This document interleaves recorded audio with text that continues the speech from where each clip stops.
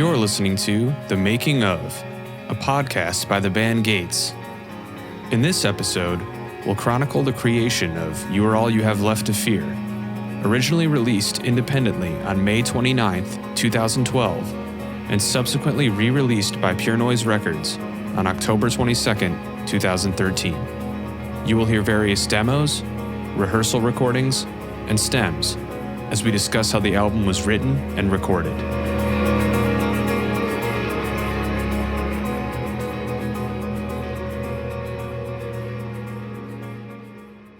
My name is Kevin. I am the singer and guitarist in Gates. My name is Ethan. I play guitar in Gates. My name is Dan. I play guitar in Gates. My name is Mike. I play bass in Gates. My name is Dan. I play drums in Gates. We put out Sun in January of 2011. We were already demoing in February of 2011. So we went right into writing Fear directly after Sun. The release for Sun went pretty well. The reception was good, and we just had a full set with that album, and we just wanted more songs. I remember distinctly having a direction where we wanted to do something that contrasted Sun. We were just kind of collecting riffs. We had this key, this tempo, and just kind of doing trial and error, piecing together and seeing what works. We wrote the song Like This You Mean in the basement in New Brunswick together. And I remember thinking we were really on to something awesome with that.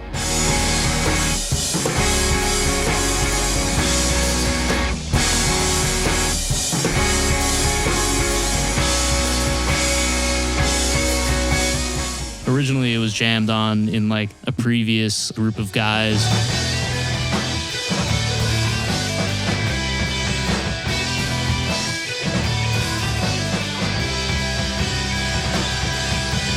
That riff I remember coming up with, the time signature switch, was basically because the looping pedal couldn't go that long. And I was like, whoa, that sounds kind of cool, how it resets there. So we were touching on dynamics that we really didn't go for on Sun. And yeah, it was just kind of an interesting part, and it ended up making the cut. We were living together at this point, me, Mike, and Dan. So it was we were hearing what everybody was writing in real time. A few of us would sit down, or a riff would catch somebody's ear from across the house, and you'd just be like, oh, that's dope. And then you work on that one riff. So it was a way more relaxed environment to just kind of churn riffs out. There seemed to be a snowball effect of you guys living together that was mostly positive because there was a lot of stuff being created. It was kind of an incubator type of a feeling. Stylistically, there was a lot of experimentation with compound time signatures.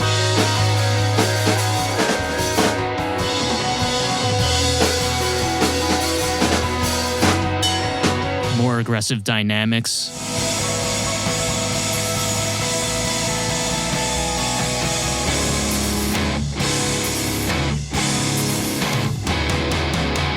At that time, that's kind of just the direction we ended up going in. And then somewhere along the line, I think you guys started really just writing songs, and they were being finished, and I was getting very stressed out about not necessarily being able to steer where they were going while they were being created. Cast in the Pattern, I remember just being so frustrated. I thought the ending of it was so good. I felt like the chord part was cool, but we could just play that other part in the beginning, and I'd actually be able to come up with a pretty cool chorus for it.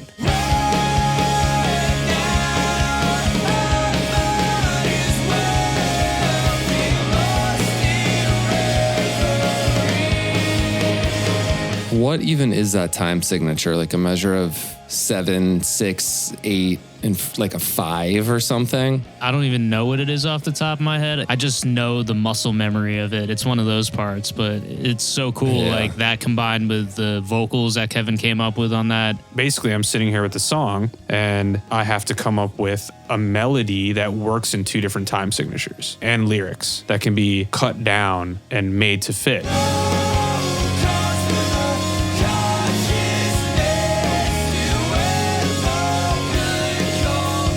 And then, the song ends up being about not fitting in.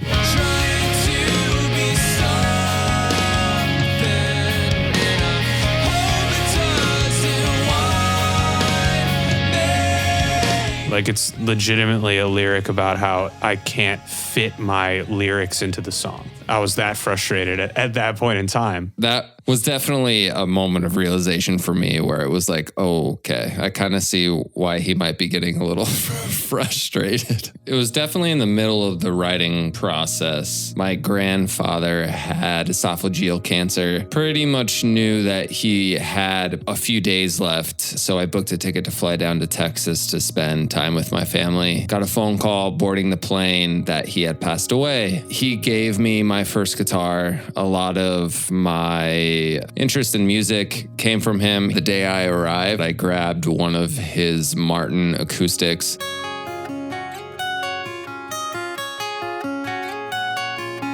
I wrote it on their front porch, and I remember going in and playing it for my family. It was probably one of the more touching musical experiences that I've ever had. So when we went to record Cast in the Pattern, I knew that I wanted it for sonic quality, but I also wanted it just for me personally, emotionally, to have that in the track.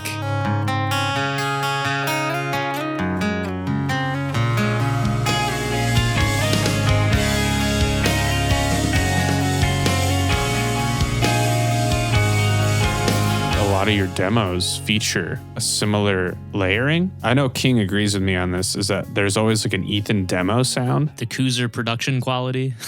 Yeah, exactly. And that was kind of bringing that in. By October of 2011, we had completed writing the music for Fear. That basically left me alone to finish the lyrics, the melodies, to engineer, and then finally mix the EP. Sometime during that process, we managed to book a tour in the UK for March and April of 2012. And we decided it would be cool to promote that new release during that tour. So that pretty much gave us a deadline, and we set it for May 29th of 2012. I mean, I remember sitting at the time at a desk job, and I was spending more time out of my 9-hour shift on the internet trying to figure out our visas, found places to stay before we even left the country. It was super exciting. Well, I think by that time, everyone else's job for this EP had been completed. This was the first instance for me of running into a wall. Nothing was really going the way I wanted it to go. It kind of culminated in the mixing. My leg went numb for months because I was so stressed out because I couldn't get the mixes right. Some of you guys were coming together as this really tight unit. Mike and Dan, you guys went to Utah to take photos for the cover of the EP. I basically just was looking up interesting looking locations that we could go and visit. And yeah, I came across the Bonneville Salt Flats. We figured out if we flew into Salt Lake City, we can drive out on I-80 and it's just right off of the highway. So we just did it. Originally, the cover for The Sun Will Rise, that was a location that Mike shot on his own. That was a photo that I took while skiing in Vermont. It was one of those things like I had my camera on me as I'm riding a snowboard, and I took 2 or 3 pictures, and one ended up being the cover. We added the illustration over it, and it had a certain look, a certain vibe. And going back to the idea of this EP contrasting that one, that informed the art direction for Fear. We had like the very dark color scheme. Thought it was like a really nice contrast. For the cover photo, I think we went out really early in the morning, like 2 or 3 a.m., and just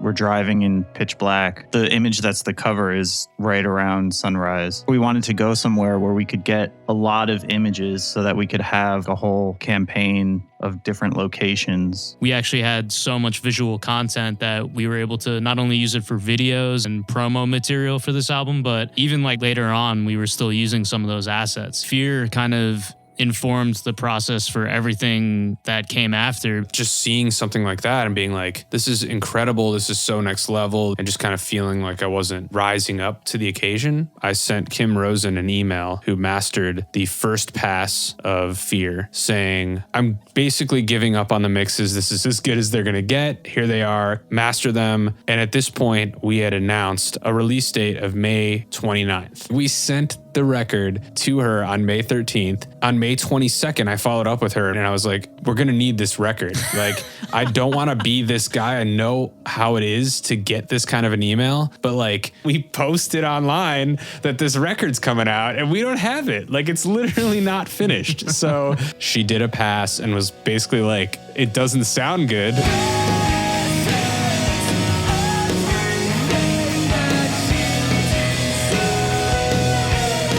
it's very dark and murky, and the vocals are too low. She actually did, I think, 3 passes of it in like 4 days and sent us on May 25th the master copy CDR, and that day that we got it was May 29th. I just remember getting the files, entering like the song titles, and then uploading them online like instantly. Like as soon as they were done, I was like, all right, cool, up.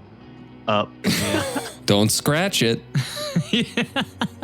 I think that was kind of the trajectory of the whole time. Like it was just like go, go, go. We did like a limited run of letterpress CDs. I mean, that's like tons of work. So like that was going on at the same time. Yeah, all the CDs that we sold are just burned copies from my MacBook. Hundreds of times putting those CDs in and burning them. We were all gluing CDs in the living room at Madison Ave. We put that out on May 29th of 2012. After that push of the record and that like kind of frantic release of it and creation of it, all of a sudden it felt like crickets as far as things to do after that. We kind of hit that plateau of we were so DIY that we had nothing else coming up. We could just like do another self-booked US tour, but I think we wanted to just kind of step it up from there. The next year is kind of really weird because we put Fear out and it was done, but it wasn't done. It ended up being re-released over a year later. What happened in that year was a lot of what we were aiming to do ultimately with the release. The first big change came about when Nate Gluck started helping us out. Nate was always around. He was always hanging out at shows that we were playing and stuff. At first, I think he was just kind of offering us advice. Every other week we were getting together and just going out to dinner, talking about, you know, what the band was doing, how to best approach certain scenarios. Nate started introducing us to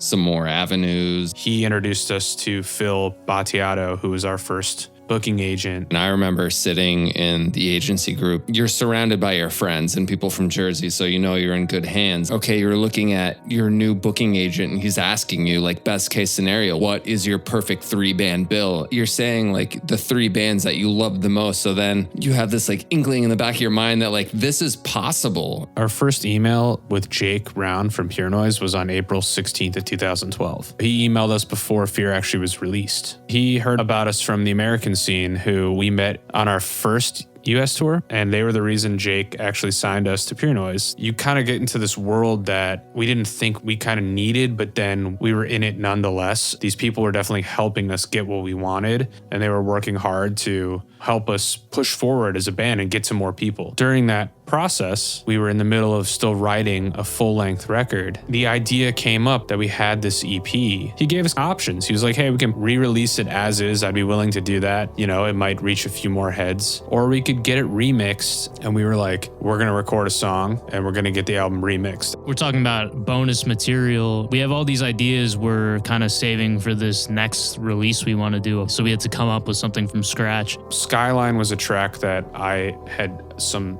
sort of demo for.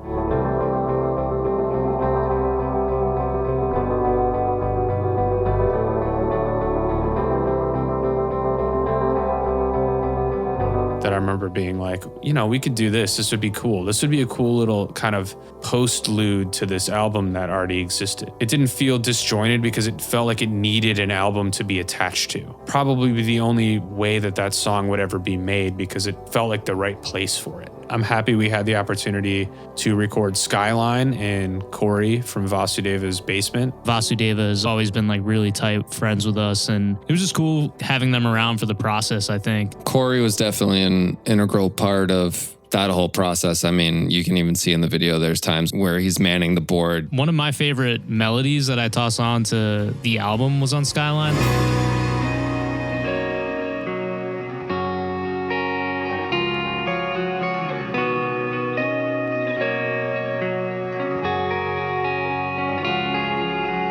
I remember Ethan was recording first and he had like all these awesome parts for Skyline. I'm like, I don't know what the hell I'm about to lay down. Like I'm all the way in the back in Corey's basement, just basically trying to come up with anything. And I had an idea right then and there. I think that was kind of what made the process exciting. For the first time, you go into a recording scenario and it's like, all right, come up with something. I didn't even realize that's how you came up with that guitar part. Me either. That's one of my favorite riffs that you've ever written. It's one of those riffs, and unfortunately, one of Ethan's riffs is To Those Who Fell. I kind of wish I never wrote that riff.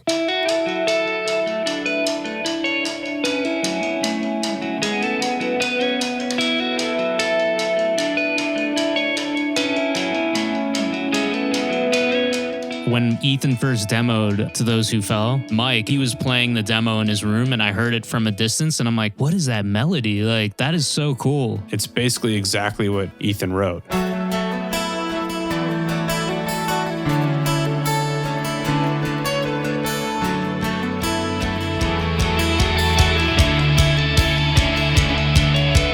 I think we messed around with playing it different ways, and then we were just like, nah, man, it sounds so cool the way he recorded it. Let's just play it just like that. And then it was awesome. It sounded great, and we were like, it should go into another song. And that's where the adventure began on creating To Those Who Carry On. The amount of iterations that track went through. It's astounding to listen to how many different parts, how many different versions.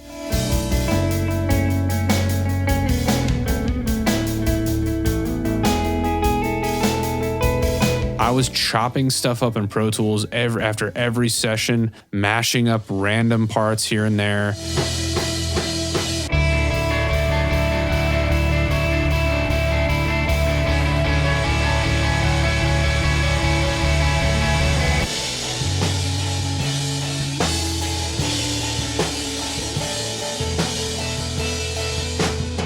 Ethan was always trying to come up with the next part for it.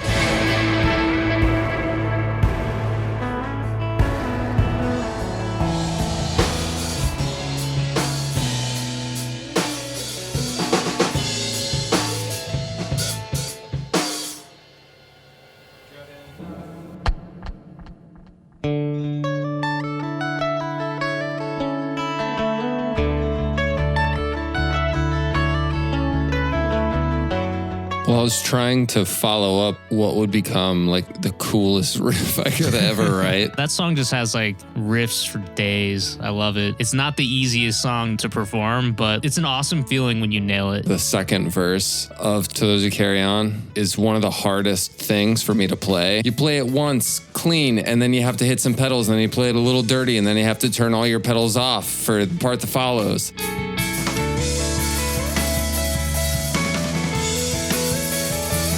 And then the 5/4 part comes in where we're all playing this lead. And then we do the whole thing again, and it's like, you remember that one part we played? Well, we're gonna play it a higher octave now.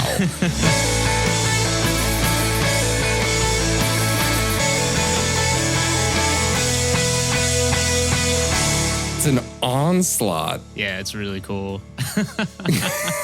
That song is the perfect image of, we could do this, but it's at the top end of our abilities. It's the quintessential, you wrote a song sitting down. Yep.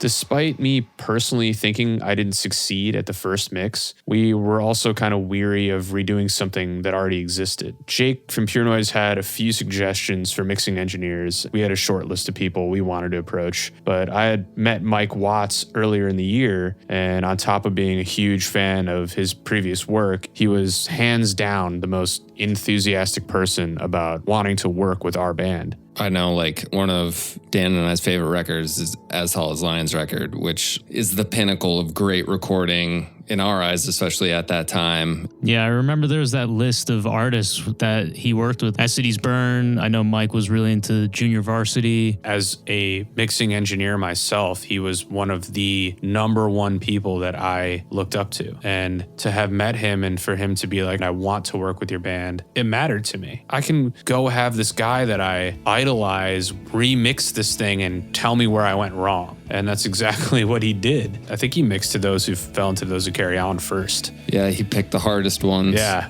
And I listened to it and was like, no notes?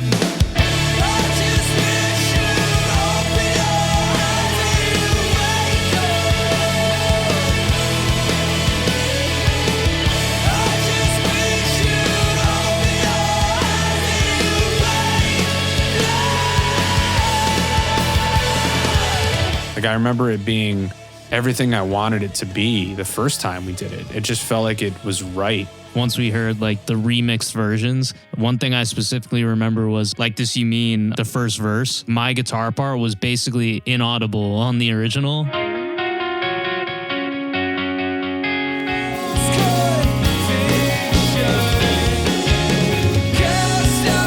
And then when we listened to Mike Watts' mix, I remember everyone laughing because they're like, wait, that part was there? Like, I've never heard this before.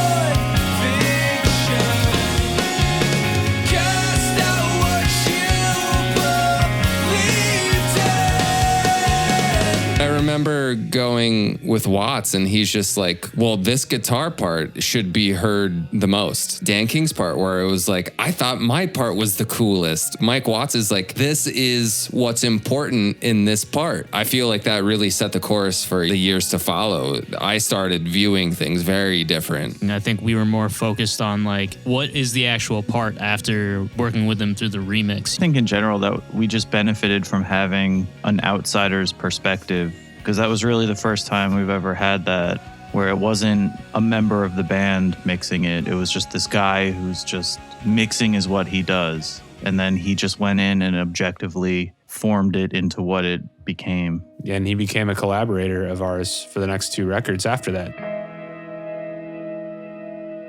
You Are All You Have Left to Fear, to me, represents growth, both personally and as a band. I learned that it wasn't all on me to succeed and make these things great. I was surrounded by a group of talented musicians, of friends that were going to help us get it to where we wanted it to be. Fear led us to so many great things, and I can't help but enjoy listening back to that final completed version and feel like, although the road there was pretty winding, that it did end up getting to a place where I think it was really awesome in the end. Listening to it today, you just kind of get like flashbacks of like coming up with all these parts and iterations and like constantly editing and drafting, and it just felt very like Gates to me. It's the progression that we needed to move to where we are now. Just listening back, it kind of just shows how far we've come in terms of writing songs together. Yeah, it's just like a photograph of that era. Every time I go to listen back to it, I'm very impressed. I kind of laugh at it a little bit because it's so over the top. Because I was a part of it, it gives me this certain emotion that no other record of ours does. I think because it's kind of a reflection of the time, us growing. It was definitely an educational process as a musician that I don't think could have been had any other way than having gone through writing and recording and remixing that EP. It was ultimately a logical step for us to take as a band. And, you know, some of the things worked out better than others, but I think we had to go through that process in order to continue on the path that we did take. What about you, Danny? You haven't said a word the whole time. I think that it was the record that we made after our first record. Nice. It was our second record. Copy that. That could have been the whole podcast.